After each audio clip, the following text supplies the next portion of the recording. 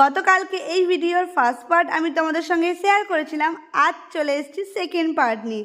আগের ভিডিওতেই মনোরঞ্জন সরকার আর লক্ষ্মী খাতুন দিভাই কমেন্ট করেছো, তোমাদের নামটা নিতে বলেছো, কিন্তু মনোরঞ্জন সরকার তুমি একটা ছোট্ট ভুল করে ফেলেছো। এটা হচ্ছে cricket theme cake, football theme cake নয়। কাস্টমার আমাকে বলে দিয়েছিল আমার ছেলে ক্রিকেট খেলতে খুব ভালোবাসে, তাই একটা ব্যাট আর একটা বল তুমি যা হোক করে দিয়ে দিও। তো আমার কাছে এই ব্যাট বলের স্টিকারটা অ্যাভেলেবেল ছিল আর আমি দিয়ে দিয়েছি।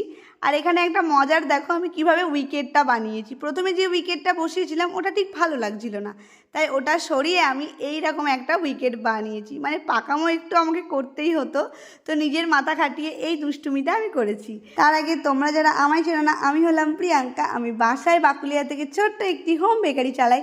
স্ক্রিনে দেওয়া নাম্বারে কল করে তোমরা আমার থেকে কেক অর্ডার করতে পারো।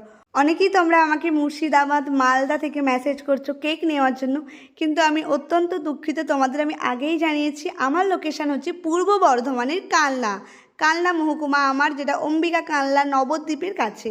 তাই তোমরা একটু লোকেশানটা দেখে আমাকে অর্ডার করো। আর আমার লোকেশানের মধ্যে যারা আছো তারা প্লিজ আমাকে অর্ডার করো। আমি খুব গ্রেটফুল হব তোমাদের স্পেশাল দিনে আমার বানানো কেক দিতে। কথা বলতে বলতে কেক আমার একদম রেডি। যেহেতু বাচ্চা ছেলের জন্য ছিল তাই আমি কিছু ফ্লাওয়ার্সও করে দিয়েছিলাম। তো কেমন লাগলো কেকটা অবশ্যই কমেন্টে জানিয়ে, ভালো লাগলে লাইক দিয়ে দিও। আজকের মতো বাই বাই।